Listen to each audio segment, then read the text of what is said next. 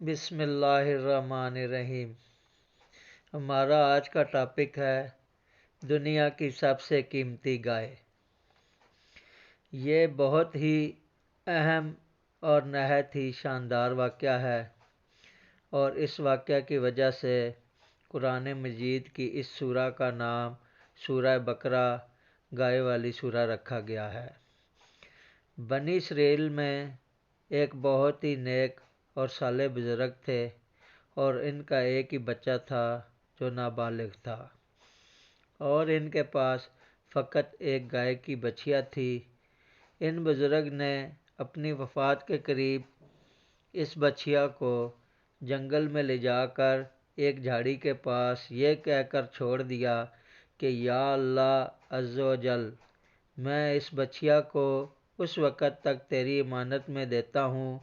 کہ میرا بچہ بالغ ہو جائے۔ اس کے بعد ان بزرگ کی وفات ہو گئی، اور بچھیا چند دنوں میں بڑی ہو کر درمیانی عمر کی ہو گئی، اور بچہ جوان ہو کر اپنی ماں کا بہت ہی فرما بردار اور انتہائی نیکوکار بچہ بنا۔ اس نے اپنی رات کو 3 حصوں میں تقسیم کر رکھا تھا۔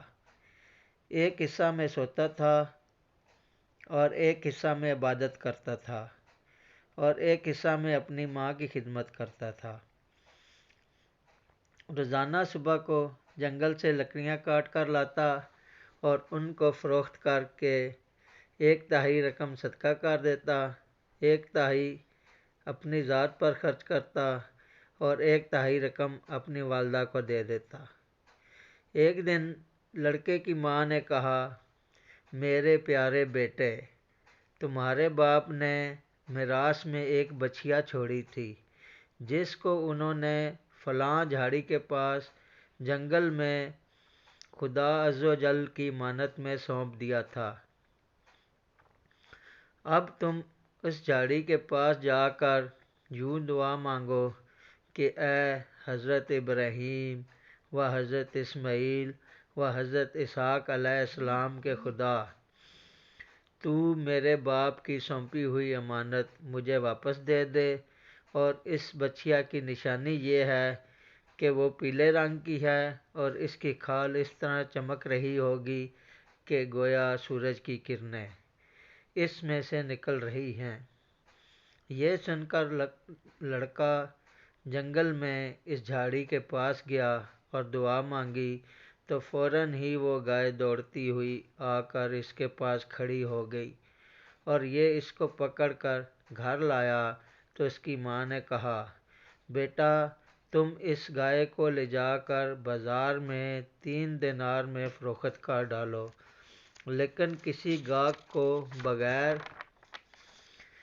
میرے مشورے کے مت دینا۔ ان دنوں بازار میں گائے کی قیمت 3 دینار ہی تھی۔ بازار میں ایک گاہک آیا جو در حقیقت فرشتہ تھا۔ اس نے کہا کہ میں گائے کی قیمت 3 دینار سے زیادہ دوں گا، مگر تم ماں سے مشورہ کیے بغیر گائے میرے ہاتھ فروخت کر ڈالو۔ لڑکے نے کہا کہ تم خواہ کتنی بھی زیادہ قیمت دو، مگر میں اپنی ماں سے مشورہ کیے بغیر ہرگز اس گائے کو نہیں بیچوں گا۔ لڑکے نے ماں سے سارا ماجرا بیان کیا، تو ماں نے کہا، یہ گاہک شاید کوئی فرشتہ ہو، تو اے بیٹا، تم اس سے مشورہ کرو کہ ہم اس گائے کو ابھی فروخت کریں یا نہ کریں۔ چنانچہ اس لڑکے نے بازار میں جب اس گاہک سے مشورہ کیا، تو اس نے کہا، ابھی تم اس گائے کو فروخت نہ کرو۔ آئندہ اس گائے کو حضرت موسیٰ علیہ السلام کے لوگ خریدیں گے، تو تم اس گائے کے چمڑے میں سونا بھر کر اس کی قیمت طلب کرنا، وہ لوگ اتنی ہی قیمت دے کر خریدیں گے۔ چند ہی دنوں کے بعد بنی اسرائیل کے ایک بہت مالدار آدمی جس کا نام عامیل تھا، اس کے چچا کے دونوں لڑکوں نے اس کو قتل کر دیا،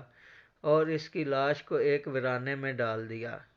صبح کو قاتل کی تلاش شروع ہوئی، مگر جب کوئی سراغ نہ ملا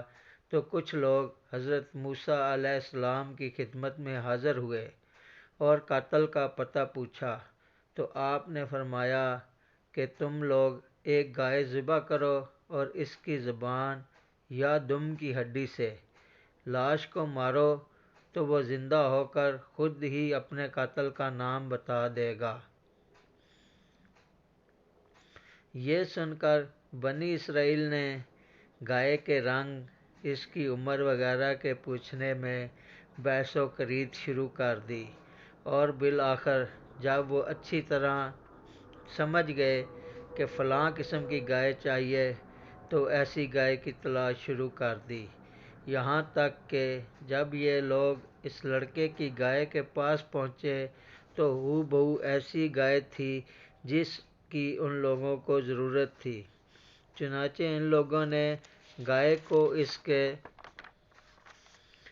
چمڑے میں بھر کر سونا اس کی قیمت دے کر خریدا اور ذبح کر کے اس کی زبان یا دم کی ہڈی سے مقتول کی لاش کو مارا تو وہ زندہ ہو کر بول اٹھا کہ میرے قاتل میرے چچا کے دونوں لڑکے ہیں جنہوں نے میرے مال کی لالچ میں مجھ کو قتل کر دیا ہے۔ یہ بتا کر وہ پھر مر گیا، چنانچہ ان دونوں کو قصاص میں قتل کر دیا گیا۔